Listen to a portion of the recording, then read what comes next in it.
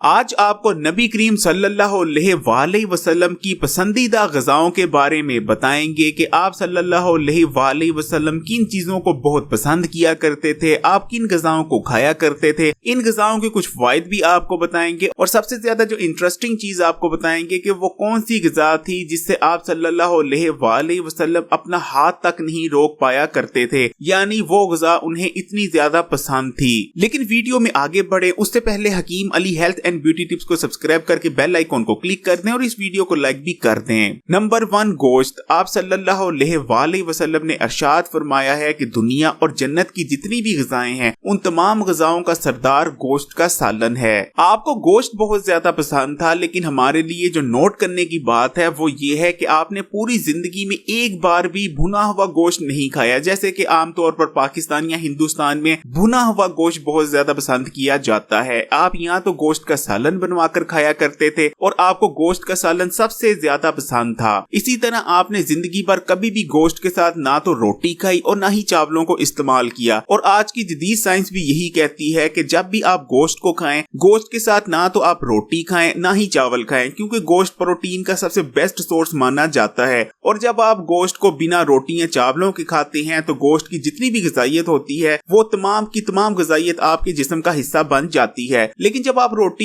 या चावल के साथ गोश्त का इस्तेमाल करते हैं तो गोश्त आपके लिए उतना मौसर साबित नहीं होता। नंबर 2, नबीज़। आप सल्लल्लाहु अलैहि वसल्लम का सबसे महबूब मशरूब नबीज़ था। आपको नबीज़ बेहद पसंद था। आपके लिए रात को नबीज़ तैयार किया जाता और सुबह उठने पर आप सबसे पहले नबीज़ को नोश फरमाया करते थे। आप सल्लल्लाहु अलैहि वसल्लम के लिए खजूरों से भी नबीज़ तैयार किया जाता था और किशमिश से भी नबीज़ तैयार किया जाता था। नबीज़ कैसे तैयार करते हैं इस चैनल पर आपको सिखाया गया है। आप नबीज़ लिखकर आगे Hakim Ali health and beauty tips लिखकर उस वीडियो को देख सकते हैं। नबीज़ बहुत ही जबरदस्त चीज है और आपकी हेल्थ के लिए कमाल के बेनिफिट्स रखती है। आपके दिल, दिमाग, जिगर के लिए अक्सीर की हैसियत रखता है नबीज़। नबीज़ हर किस्म की जिस्मानी और दिमागी असाबी कमजोरी का खात्मा करता है। क्योंकि नबीज़ फाइबर से भरपूर होता है इसलिए आपके पेट और आंतों की सफाई करता है, आपकी बॉडी को डिटॉक्स करता है। नंबर 3, शहद। आप सल्लल्लाहु अलैहि वसल्लम को शहद बहुत ज्यादा पसंद था और शहद का जिक्र कुरान करीम में भी हुआ है। और आज तकरीबन 1400 साल से भी ज्यादा का वक्त गुजर जाने के बाद जदीद साइंस शहद के बारे में ये कह रही है कि आप सल्लल्लाहु अलैहि वसल्लम ने शहद के बारे में जो कुछ कहा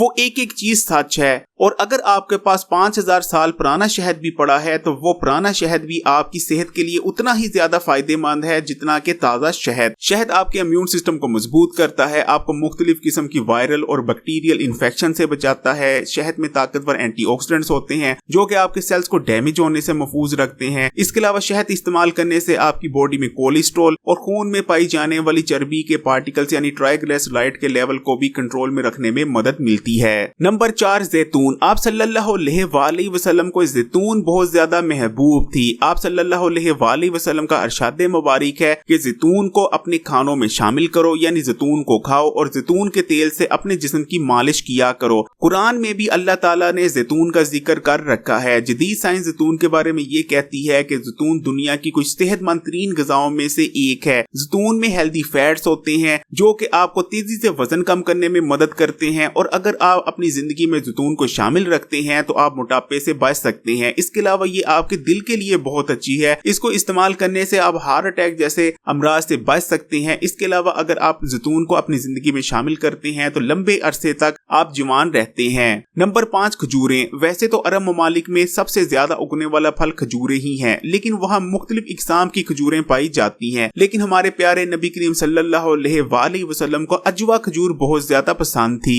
खजूर के बारे में नबी करीम सल्लल्लाहु अलैहि वसल्लम ने इरशाद फरमाया कि ये जन्नत के फलों में से एक फल है। हजरत आयशा रज़ी अल्लाह ताला अन्हा इरशाद फरमाती हैं कि कुछ महीने तो ऐसे गुजरे जब हमारे घर में खाने के नाम पर सिर्फ खजूरें ही हुआ करती थीं और हम सिर्फ खजूरों को खाकर अपना गुजारा किया करते थे। नबी करीम सल्लल्लाहु अलैहि वसल्लम की रवायात और सुन्नत की रोशनी में खजूर को इस्तेमाल करने का जो हमें सही तरीका पता चलता है वो ये है कि खजूर को हमेशा निहार मुंह इस्तेमाल करना चाहिए। जैसे कि आप सल्लल्लाहु अलैहि वसल्लम ने ये भी इरशाद फरमाया है कि जो शख्स निहार मुंह 7 खजूरों को खा लेता है तो पूरा दिन उस पर जादू या जहर असर नहीं करता। इसी तरह आप सल्लल्लाहु अलैहि वसल्लम हमेशा खजूर से ही अपना रोजा अफ्तार किया करते थे। जिससे हमें पता चलता है कि अगर हमें खजूर के भरपूर फवायद हासिल करने हैं तो हमेशा खजूर को निहार मुँह ही इस्तेमाल करना चाहिए। खजूर के इस्तेमाल से आपकी बॉडी में फौरी एनर्जी आती है, आपकी हड्डियां मजबूत होती हैं, आपके दिमाग को ताकत मिलती है, आपका जिस्म ताकतवर होता है और खजूर वो वाहिद फल है जिसके इस्तेमाल से हर किस्म की कमजोरी का खात्मा हो जाता है, फिर चाहे कमजोरी दिमागी हो, जिस्मानी हो या असाबी।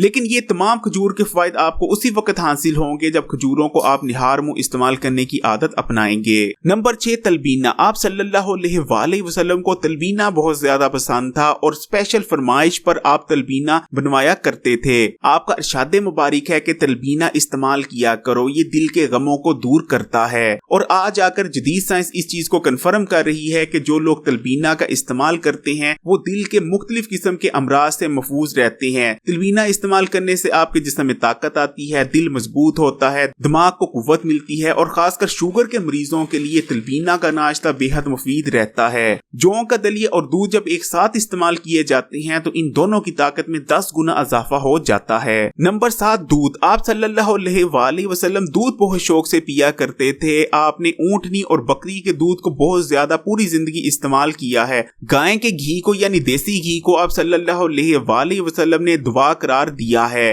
दूध के बारे में जदीद साइंस का ये कहना है कि दूध में न्यूट्रिशन का जो कॉम्बिनेशन पाया जाता है वो दुनिया में किसी और ग़िज़ा में नहीं मौजूद, क्योंकि दूध को जानवरों से हासिल किया जाता है, यानी दूध एनिमल सोर्स से आता है। इसलिए दूध में विटामिन और मिनरल्स के अलावा अमीनो एसिड्स, हार्मोन्स और हर किस्म का एंजाइम मौजूद होता है जिसकी आपकी बॉडी को जरूरत रहती है। और यही वजह है कि इब्तिदा में बच्चे को दूध के अलावा और कुछ ग़िज़ा नहीं दी जाती। नंबर 8 घिया। आप सल्लल्लाहु अलैहि वसल्लम को घिये का सालन बहुत ज्यादा पसंद था। आप सल्लल्लाहु अलैहि वसल्लम घिये के सालन के साथ जौ की रोटी को बहुत ज्यादा शौक और मजा लेकर खाया करते थे, और जिसको हमारे प्यारे नबी करीम सल्लल्लाहु अलैहि वसल्लम पसंद करते हो, यकीन माने वो चीज मामूली हो ही नहीं सकती। घिया आपके हाजमे के निजाम के लिए अक्सीर की हैसियत रखता है। अगर आपको किसी भी किस्म का हाजमे का मसला है तो घिये को इस्तेमाल करना शुरू कर दें। आपके जिगर के लिए बहुत मुफीद है, आपके पेट और आंतों को साफ करता है और जिस्म में मौजूद बेजा गर्मी का खात्मा करता है। जिस्म में मौजूद बेजा गर्मी आपको मुख्तलिफ बड़े मसाइल में मुब्तला करने का सबब बनती है। नंबर 9 जौ की रोटी। आप सल्लल्लाहु अलैहि वसल्लम ने पूरी जिंदगी गंदम की रोटी नहीं खाई, बल्कि आप जौ की रोटी खाया करते थे। और आज जदीद साइंस ये बात कहती है कि जौ की रोटी गंदम की रोटी की निस्बत दुगनी फायदेमंद है, और अगर आप जौ की रोटी को खाते हैं तो आप मुख्तलिफ किस्म के मसाइल से बच सकते हैं। जौ में गंदम के मुकाबले में दुगनी कैल्शियम मौजूद होती है। जौ की रोटी इस्तेमाल करने से आपकी हड्डियां और दांत मजबूत रहते हैं और आपको हड्डियों और जोड़ों से रिलेटेड किसी किस्म का कोई मसला नहीं होता। उन इलाकों में जहां जौ की रोटी इस्तेमाल की जाती है, आमतौर पर लोग ये जानते ही नहीं कि कमर का दर्द या हड्डियों जोड़ों के मसाइल भी कोई चीज होती हैं। नंबर 10 अंजीर। नबी करीम सल्लल्लाहु अलैहि वसल्लम ने अंजीर को जन्नत का फल करार दिया है। आप सल्लल्लाहु अलैहि वसल्लम का अंजीर के बारे में कहना है कि जन्नत में भी अंजीर जैसे फल होते हैं जिनका ना तो छिलका होता है और ना ही उनके अंदर गुठली पाई जाती है। कुरान में भी अल्लाह ताला ने अंजीर का जिक्र किया है। अंजीर आयरन से भरपूर होती है। इसके इस्तेमाल से आपकी बॉडी में खून की कमी नहीं होती। अगर आपको खून की कमी है तो लगातार 1 महीना अंजीर इस्तेमाल करके देखें, फिर देखें आपके जिस्म में किसी किस्म की खून की कमी नहीं बचेगी। अंजीरें इस्तेमाल करने से आपकी आंतें साफ होती हैं। आंतों के अंदर जितने भी जहरीले मादे जमा हो चुके होते हैं जिनकी वजह से आपकी बॉडी ग़िज़ा से मिलने वाली न्यूट्रिशन को जज़ब नहीं कर पा रही होती, अंजीरें इस्तेमाल करने से आपकी आंतों में से वो तमाम जहरीले मादे और फुजला निकल जाता है और आप खाने से मिलने वाले विटामिन और मिनरल्स को बेहतर तौर पर अब्सॉर्ब कर पाते हैं। नंबर 11 अंगूर। आप सल्लल्लाहु अलैहि वसल्लम अंगूर बहुत शौक से खाया करते थे और आज जदीद साइंस हमें ये बताती है कि अंगूर बेहद फायदेमंद है। अंगूरों में ताकतवर एंटीऑक्सीडेंट मौजूद होते हैं जो कि आपके सेल्स को डैमेज से बचाते हैं। आप कैंसर से बच सकते हैं सिर्फ अंगूर इस्तेमाल करने से। अंगूरों में मौजूद एंटीऑक्सीडेंट्स आपको लंबे अरसे तक यंग रखते हैं क्योंकि इनमें जबरदस्त एंटी एजिंग प्रॉपर्टीज मौजूद होती हैं। आपकी स्किन पर झुर्रियां नहीं आने देते और भी बेशुमार फवायद हैं। इस चैनल पर अंगूरों के बारे में मुकम्मल वीडियो मौजूद है, उस वीडियो को जरूर देखिएगा। नंबर 12 सिरका। आप सल्लल्लाहु अलैहि वसल्लम को सिरका बहुत ज्यादा पसंद था और आपने ये इरशाद फरमाया है कि सिरके को अपने घरों में रखा करो। आप सल्लल्लाहु अलैहि वसल्लम का सिरके के बारे में ये कहना है कि जिस घर में सिरका मौजूद होगा कभी उस घर में गुर्बत नहीं आएगी। नबी करीम सल्लल्लाहु अलैहि वसल्लम की इस बात में कितनी ज्यादा हिकमत पोशीदा है उसका अंदाजा आप इस बात से लगा सकते हैं कि 2015 तक सिरके को मामूली सी चीज समझी जाती थी। उसके बाद सिरके के फायदे पता चलते हैं, साइंस ये जानती है कि सिरका कितनी मुफीद चीज है आपकी हेल्थ के लिए, और अब आप देख सकते हैं हर कोई सिरके के बारे में बात करता नजर आता है। लेकिन हमारे प्यारे आका सल्लल्लाहु अलैहि वसल्लम ने सिरके के फायदे हमें 1400 साल पहले ही बता दिए थे। नंबर 13, अनार। नबी करीम सल्लल्लाहु अलैहि वसल्लम को अनार बहुत ज्यादा पसंद थे और अनार का जिक्र कुरान करीम में भी हुआ है। अनार विटामिन सी से भरपूर होते हैं, इनमें ताकतवर एंटीऑक्सीडेंट भी पाए जाते हैं। अनारों के इस्तेमाल से आपका इम्यून सिस्टम मजबूत होता है। हाई ब्लड प्रेशर के मरीजों के लिए अनारों का इस्तेमाल बेहद मुफीद रहता है और वो सिर्फ अनारों को इस्तेमाल करते हुए हाई ब्लड प्रेशर को रेगुलेट कर सकते हैं, आपकी याददाश्त तेज करते हैं, आपके स्ट्रेस को कम करते हैं। यानी अनार बहुत बेहतरीन चीज है और जाहिर बात है आप सल्लल्लाहु अलैहि वसल्लम के पसंदीदा फल हैं तो ये बेहतरीन कैसे ना हो।